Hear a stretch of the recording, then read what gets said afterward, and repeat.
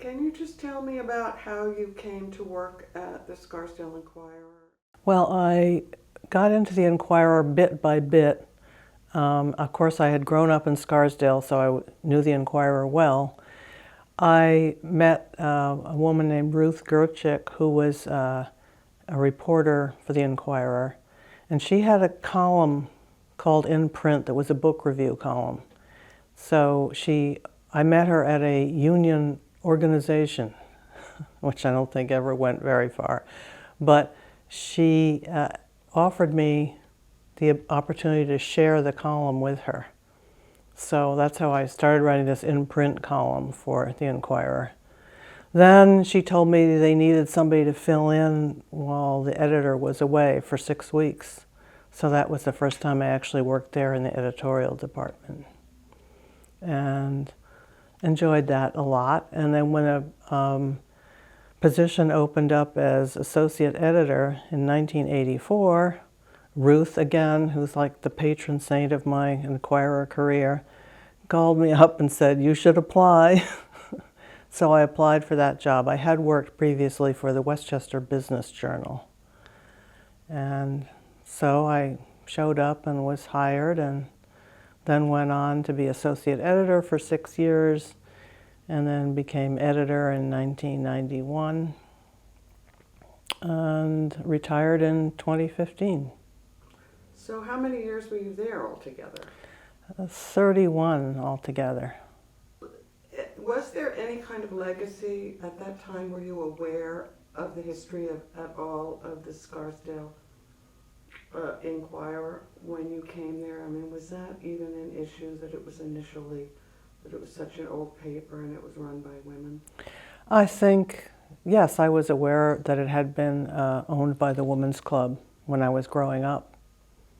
And the editor, Ruth Chalmers, who was editor even longer than I was well known. You know, she was tough and she was hardworking and a really good editor. Won a lot of prizes for the newspaper. What made her so special? Well, she lived in Scarsdale. She was the wife of the minister at St. James the Last Church. And she, as with many women who've worked for the Inquirer, she knew a lot about the community. She had children. She was very plugged into things. She knew people. She was interested. And that's the main reason why the Inquirer has been always staffed by women, partly because they could work part-time locally. They could fit it in with their other schedules and responsibilities. So it was really an ideal job for women. I think it was a natural for the Women's Club to take over this failing newspaper in 1919. They wanted a project. They were intelligent, educated, interested in the community. And so it was a kind of a philanthropic thing, because initially no one was paid. I think it was around 1923 they hired an editor who was a member of the club but had professional experience. But the rest of the time, the women were doing everything. They were selling ads, they were keeping the books, they were writing, they were editing. And it was a community effort.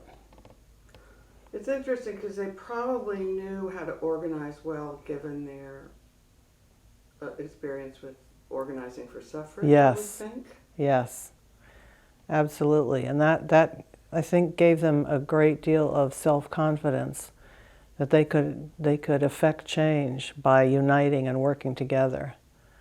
And so I think that was an important motivation and spur. I noticed, what's your position now at the Women's Club? I'm Vice President for Communications. So the Women's Club is an example of an organization that adapted to the changing times. They could not have lasted if they had only had Scarsdale members. So they opened up to anyone from everywhere. We even had a couple of male members.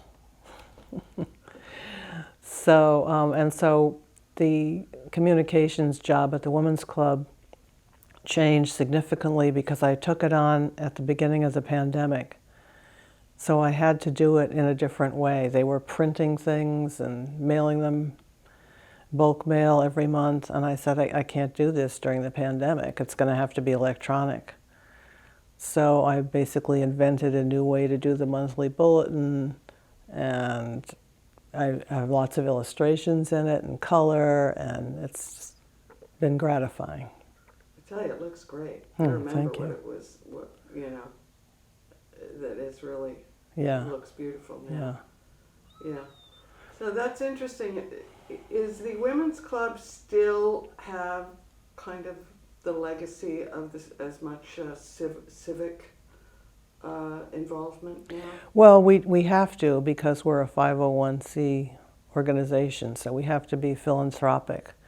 And we have two missions. One is educational. Most of our Wednesday programs are open to the public, free of charge. And the other aspect is raising money for local charities.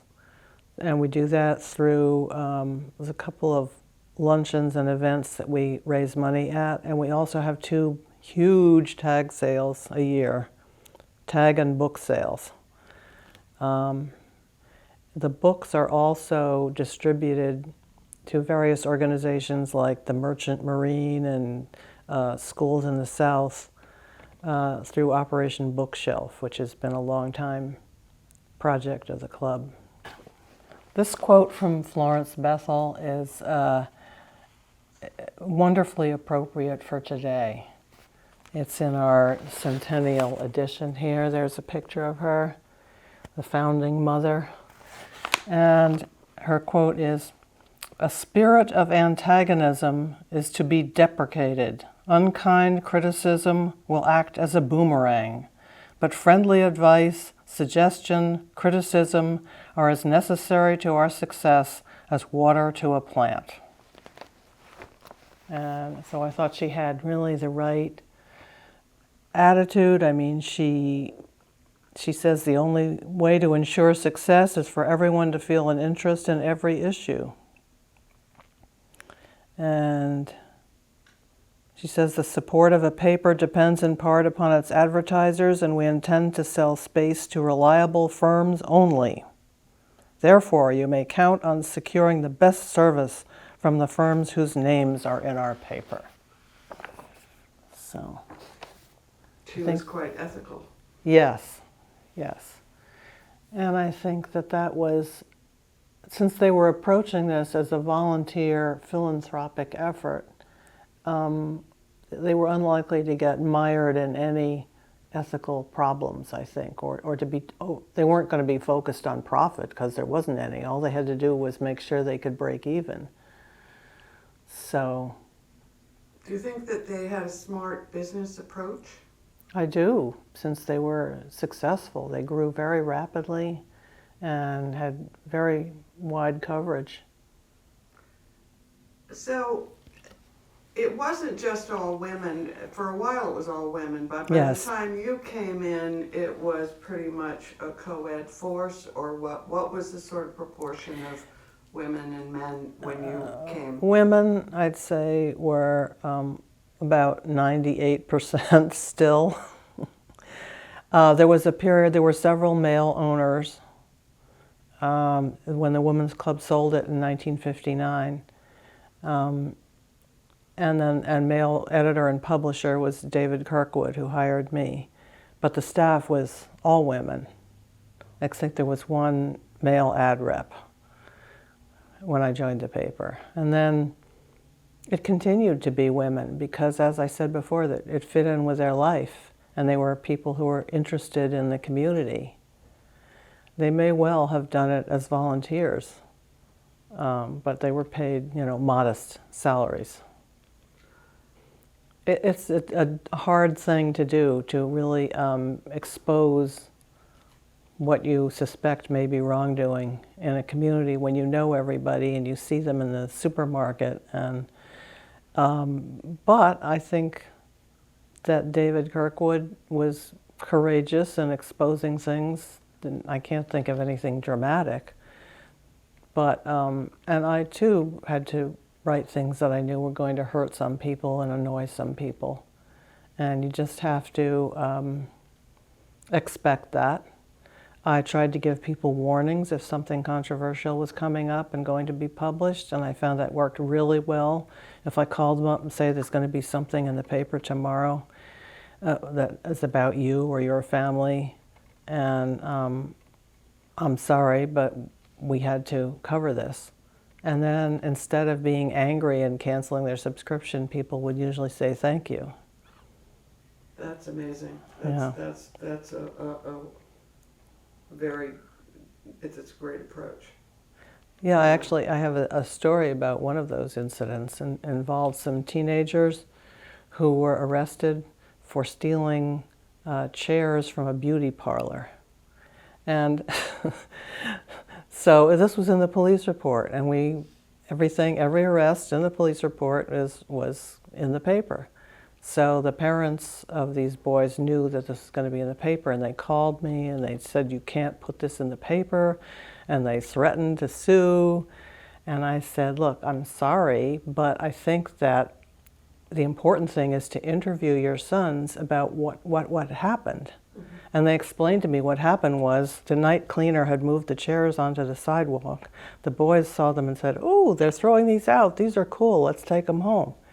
So they took them home, and when they came back to get some more, the cops were there. And so the cops just arrested them without listening to their explanation. And I said to the parents, we need to know what the police are doing. If they do something that is ill thought out or unfair, it needs to be exposed. And they reluctantly agreed and stopped threatening me. And the next day when the paper came out, they said, you were right.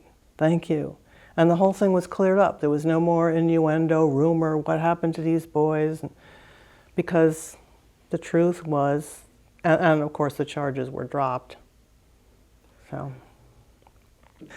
sometimes, you feel, sometimes people would say, oh, you just love reporting bad things and people doing criminal activities. And I'd say, on the contrary, I'm very unhappy about having to do it, but it's my job. And there have been several cases. One time a prominent Edgemont volunteer was involved in, was found to have child pornography. And I got calls he was very loved in the community, and I got calls from everyone, don't print this in the paper. This is terrible for his family. And I said, I'm sorry, I have to print it in the paper. I didn't understand why they wouldn't understand that. And then some people would say, oh, it's a victimless crime. I'd say it is not a victimless crime. What about these children who are posing for this stuff? And there were several things like that happened, where another incident was a prominent volunteer in Scarsdale was arrested for drunken driving. And people yelled at me for publishing that. I should have kept that out of the paper because she was a wonderful person. And years later, her husband came to me and said, don't change your policy. That article in the paper was the only thing that got my wife to address her drinking problem. So, I wasn't doing that to help her with her drinking problem, but it just goes to show, that the truth can set you free. What do you think are the sort of significant things that changed or stayed the same? I know that's a very broad question, yeah. But if certain things kind of stick out in your mind, what would they be? You mean in Scarsdale or in the... In yeah. Scarsdale and the paper, how it reflected it. Well, I think in Scarsdale today, people have to have a lot more money to live in Scarsdale than they did when I was growing up. There were some blue-collar families and some other people who were in professions that were not well compensated who lived in Scarsdale and felt comfortable there. And I think that's one change. Then physically, a lot of beautiful old houses have been torn down, and not so beautiful, enormous, in my opinion, oversized houses on tiny lots erected in their place, and that changes the appearance of the village. But I think that the government always has been responsible, volunteer dependent, good at communicating for the most part, and I think that's continued. Well, they had many different homes, even including Wayside Cottage, which was the home to just about everything in Scarsdale at one point. Bramback Road, I think, was the first. The building that no longer exists was the first office. Then the Women's Club went to a local printer named William Wick, who was in this brick building on Scarsdale Avenue. And they had their editorial offices there and printed right there. And so that was wonderfully convenient to have everything in one place. And now or when the paper was more recently being published, everything had come full circle because we could once again do the writing, editing, everything in the office, in one office. It still had to be sent to a printer off-site, but that was done electronically. Yeah. So Wick was a wonderful boon for the Women's Club when they had him printing the paper. He printed it on beautiful white glossy stock, and he printed it at a reasonable price. So when he died, 58 or sometime like that, sometime in the 50s when he died, they found they could not get it printed for a comparable price elsewhere. So that's when they decided to sell it. I think one of the earliest big stories was Scarsdale taking the Creche case to the Supreme Court of the United States. And that can you just tell me what the Creche is? Because yes. I don't think everybody knows okay. what that is. The Creche is a nativity scene that you see around Christmas time, usually on church grounds. And a group called the Scarsdale Creche Committee had put one in Boniface Circle, which is village-owned land. And people in Scarsdale had complained to the village board that this wasn't appropriate on village land. And the village board agreed, and they took it to court, but the court ruled that it was permissible to have this on village land. So the village decided to appeal. This had been an appeals court that decided it was permissible. The village appealed it to the Supreme Court. This happened when I had been working at the paper for 6 weeks, and my boss was on vacation. And I was in charge. And it was the biggest story of the decade.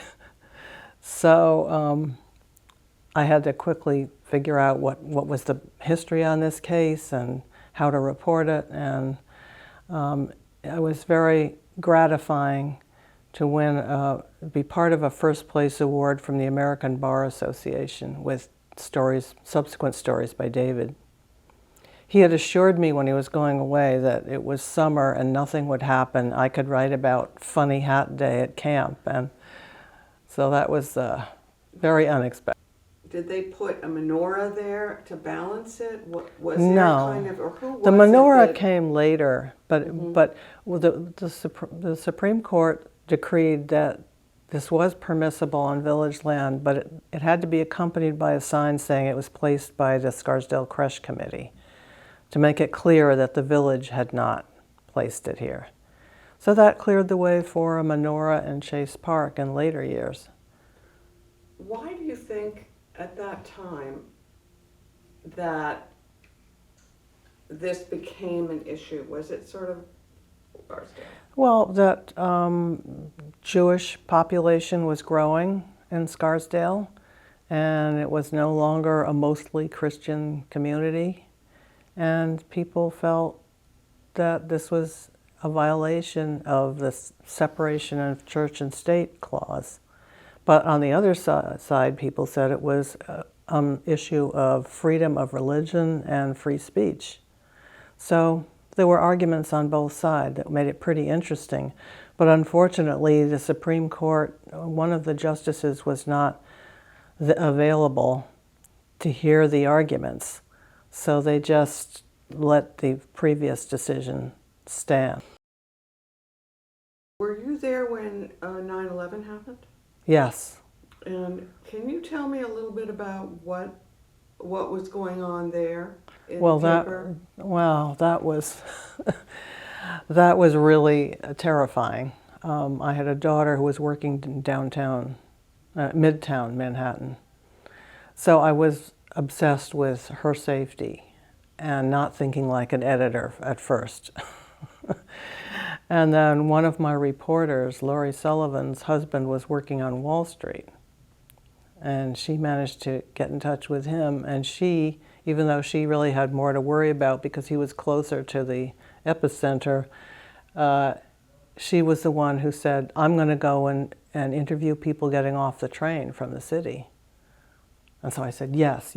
I put my editor hat back on. And she went down there and interviewed people, you know, many coming from the city, some of them covered with soot. And then we found local people who had been there. There was the grandson, I think, of an Edgemont woman who had gone back in the building after coming out and taken people to safety, and he didn't make it out. So there were certainly local connections that we had to try and find right away.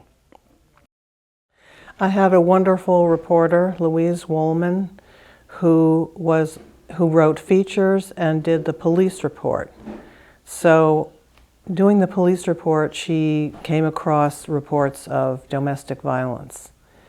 And she wanted to do a story about it. Now, the names of the people were never printed in the paper, either the victims or the accused. So she went to Scarsdale Family Counseling and talked to them about were they seeing victims of domestic violence, and could they put her in touch with any of them? And she would, she would have to know who they were herself, but she would not reveal their names in any story that she wrote. So they put her in touch with some people, and she sat in on some group discussions. And then she wrote a series about the domestic violence problem and what was being done about it and how it was being minimized and covered up to some extent. And then the series won first place in the New York Press Association in-depth reporting category. What are some of the other stories that you really are proud of, or? Well, I was proud of my coverage of the fire that destroyed Hitchcock Church because my family had been a member there since 1954, and it was, a very precious place to me. It was a beautiful old building with Tiffany stained glass windows.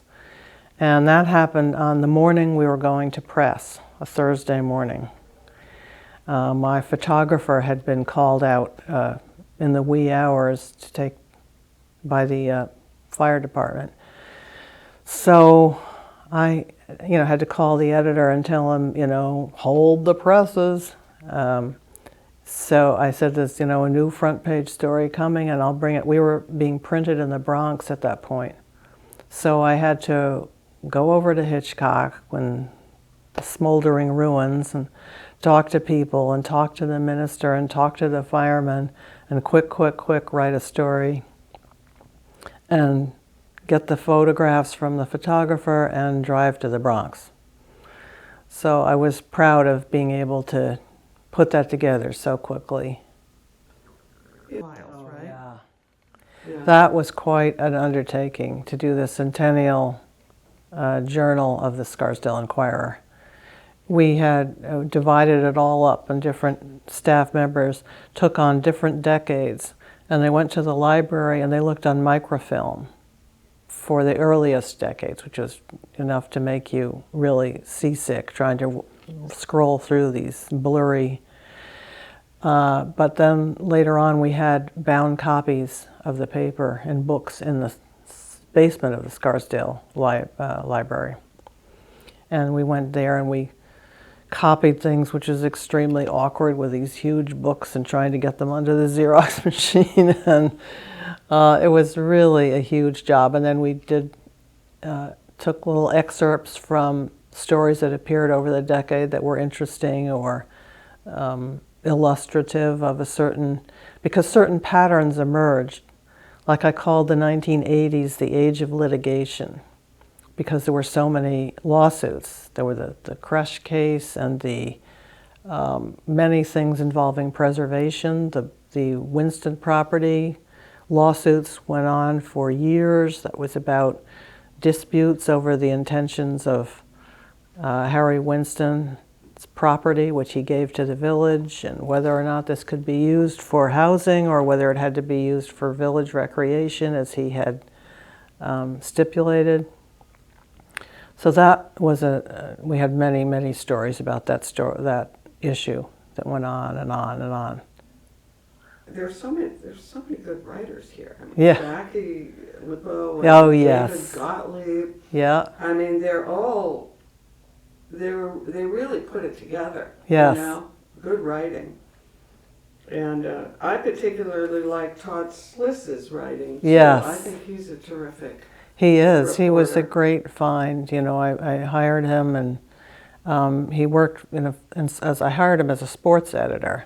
Mm-hmm. But then when the staff, after I left and the staff got trimmed, Todd stepped in. He was writing virtually the whole paper, sometimes 8, 9 stories a week. He was covering the village board, the school board, the sports continued, feature stories.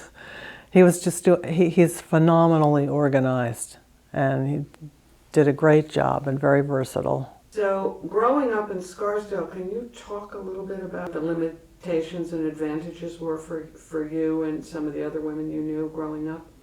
Well, I think that we didn't really expect to be in leadership positions outside of the community. I felt like there were you could do artistic and creative things as a girl, but government wasn't so much something that you thought of getting involved in. When I was in high school, we were not allowed to wear pants to school. And if you wore a skirt that was too short, you were sent home. I had a limited view of career options available to women, but I was always interested in creative things, so I didn't feel so constrained there. As for the paper used to be filled with wedding announcements and pictures of brides. And later on, they just began drying up during the time that I was there. There were very few weddings, and when there were weddings, there were pictures of a couple, not just the bride. My mother wanted me to make my debut at the Scarsdale Golf Club, the infamous Holly Ball. I didn't want to do it, but it was important to her, so I went through it. But I think that stuff being something that girls were interested in participating in the mid-60s. Well, I was talking about women didn't participate so much in government, but the first woman school board member was Elizabeth Fountain. Now one of the houses at the middle school is named after her. So that was 1907.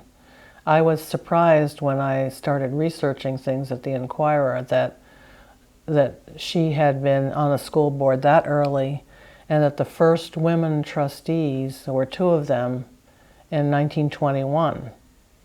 I had thought there were no, because it was almost like blacks joining the federal government right after the Civil War, and several of them were elected to Congress, and then they disappeared. The whole Jim Crow thing went into effect, and they were discouraged from voting and participating in government. And that was almost the way it was with the women. Yes, oh, we're now going to have women trustees. And then there was a long period where there weren't any. So do you think there was like a backlash of sorts? Probably, yeah. Or maybe women felt like, okay, we now proved we can do this and we can go back to whatever else we were involved in. Well, the Women's Club had actually an official role voting in what was then called the Town Club in Scarsdale, which oversaw the election of village officials. And the Women's Club had an official role there until they started accepting people who were not from Scarsdale, and then they could no longer have a role in village government. The women were involved in the PTAs and scouting. When I was growing up, we had many, many, many troops. Like for my grade in Green Acres School, there were 2 Brownie troops, 2 Girl Scout troops. And that was the case with every grade in every school. So on Memorial Day, the whole of Chase Road was completely filled with troops marching in the parade. And it was, so that depended on mothers taking leadership roles in scouting. And then there were a lot of extracurricular activities they were involved in. Sports, not as much as today, but to some extent. And dance. Everybody went to Steffi Nossen dance classes. And then there was Miss Covington's social dancing. So these were things that went on. Even my own daughter went to these things. So they persisted for a long time. And local women were involved in those. It seemed to just sort of happen naturally that we expanded the arts and entertainment section so that we covered art exhibits and art galleries, local well-known artists like Anina Gerchik and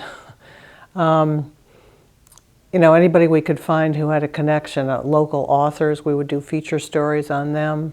And then we also had extensive listings of concerts and art exhibits and plays, and Scarsdale was very vibrant that way. When I was young, there was an organization called the Scarsdale Players, and they put on plays regularly.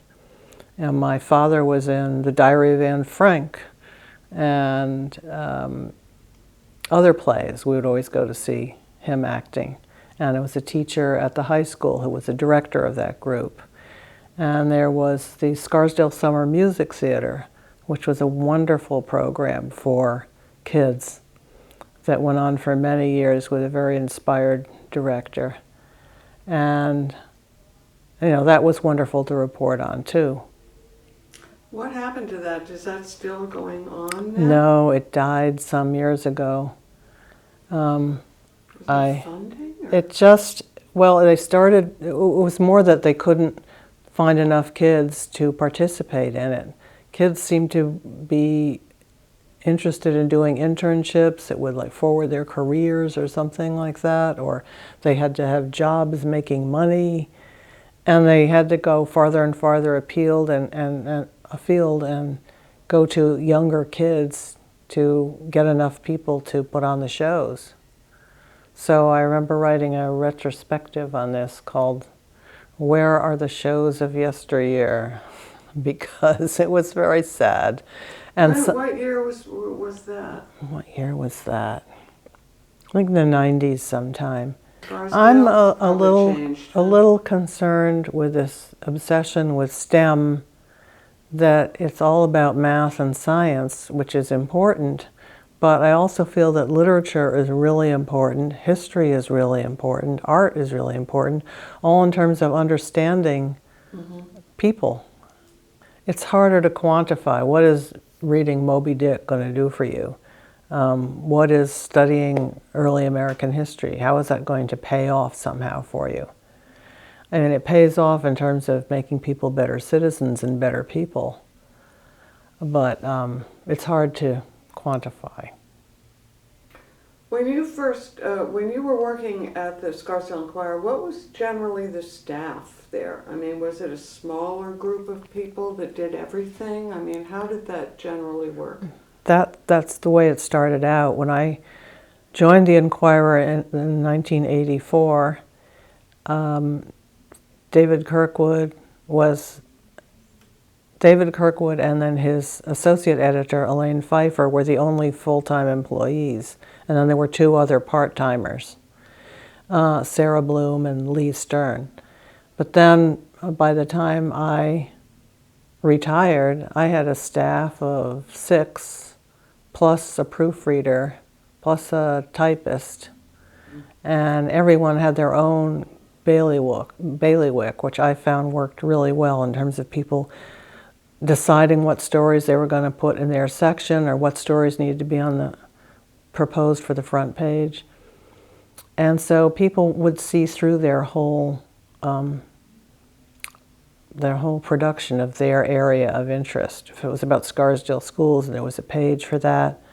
What was going to be the main story, the lead, the photographs had to be assigned, and they got to follow it through. So that was one thing that was so satisfying about the job, was that every day you did something a little bit different, and at the end of the week you knew what you'd accomplished. And it was there in print, and you feel good about it and start over again on Monday. The design evolved. It had to be more, things had to be stacked according to their importance, and you had to have many more photographs. And then we eventually went to color in the late 90s. We were a little slow to adopt that, but so it became more design-oriented, more reader-friendly in terms of appearance. But you always kept the same font. Oh, yes. We went to a press convention one time where they told us that our font for our headlines, which was Bodoni, was the font of the self-satisfied newspaper. So I said, okay, that's us.